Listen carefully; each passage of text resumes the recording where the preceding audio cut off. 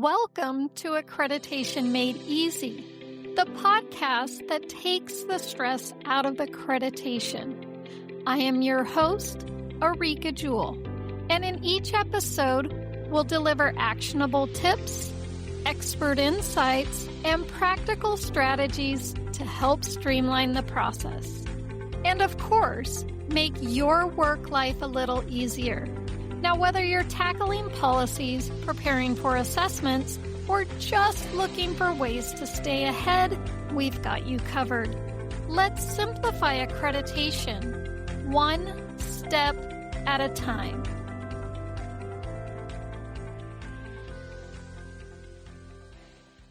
Well, hey friends, welcome back to another episode of Accreditation Made Easy.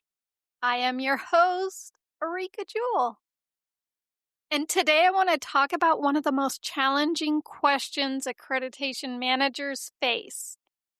It's how to prove something that never happened, didn't occur.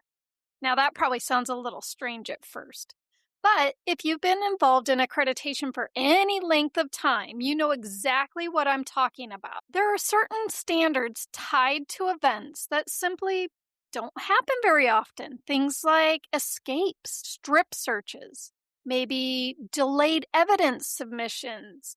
How about when an extra duty employer is revoked? Removal of an unsafe firearm. How about corrective action related to bias policing?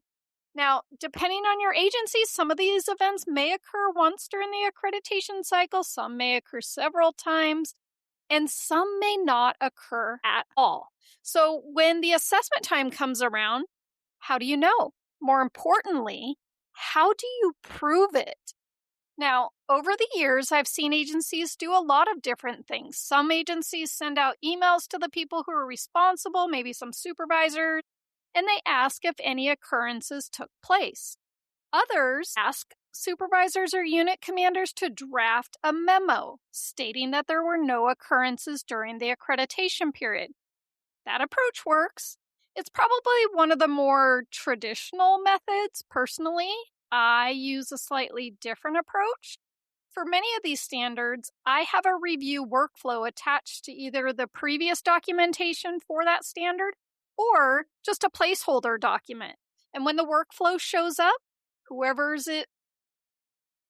it's assigned to, the responsible person, they provide either the updated documentation if the event occurred, or they simply respond in the workflow that there were no occurrences. And then from there, I just create a simple note in the file documenting the result. I say something like, there were no strip searches during the accreditation period.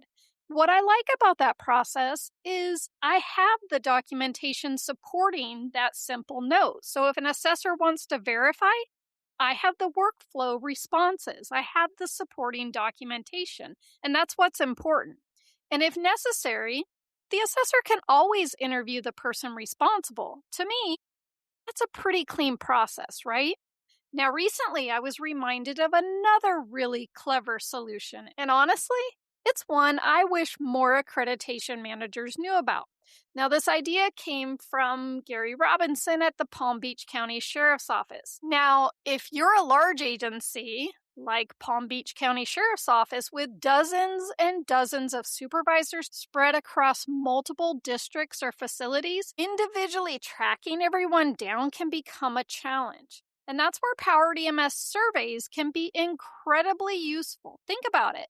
Instead of sending a bunch of emails, waiting for responses, then trying to keep track of who responded, who didn't respond, where all the responses are located, you get the picture. Instead, create a survey. You send it to the appropriate people, and all the responses are compiled in one location. It's essentially a one-stop shop for collecting information. And what I really like about this approach is the efficiency. You're not digging through email folders 6 months later trying to remember who responded. You're not trying to piece together information from multiple sources. Everything you need is already organized for you. Now, am I saying surveys are the only way to handle these standards? No, not really. In fact, there are several good approaches. I've also worked in agencies where I was included on the daily supervisor reports, the one that gets sent out at the end of the shift by the supervisor, highlighting any significant events that occurred during the shift. And if I saw something that related to a standard, maybe it was a pursuit, an escape, maybe an officer involved shooting, I would just take note of the case number. Then I would go into the RMS system, locate the report, and begin gathering the documentation myself.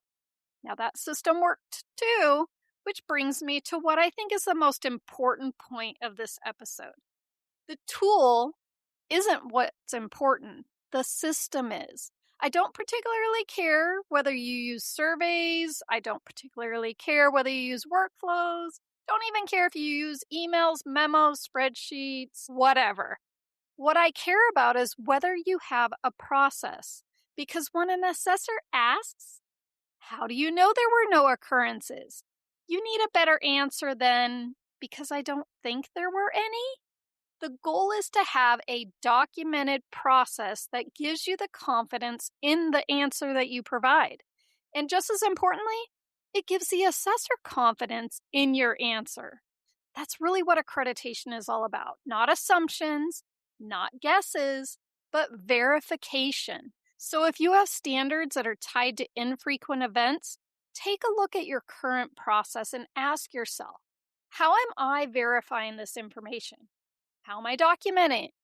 And if I had to explain it to an assessor tomorrow, would I feel confident doing so? If the answer is yes, great.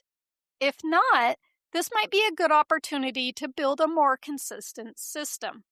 Now, as always, I will include a companion document in today's show notes. I'll put a link for it. It'll include screenshots of a real-world PowerDMS survey, thanks Gary, used for this exact purpose. And of course, if you're not already signed up for my free helpful tips and resources inside PowerDMS, be sure to check out the links in the show notes or head over to www.accreditationacademy.net/sign-up. Completely free. Easy to do. You just put your email address in, check which things you're interested in, and that's it. Now, if you found this episode helpful, please consider sharing it with another accreditation manager who could benefit from it as well. And until next time, friends, let's keep making accreditation easy, one step at a time.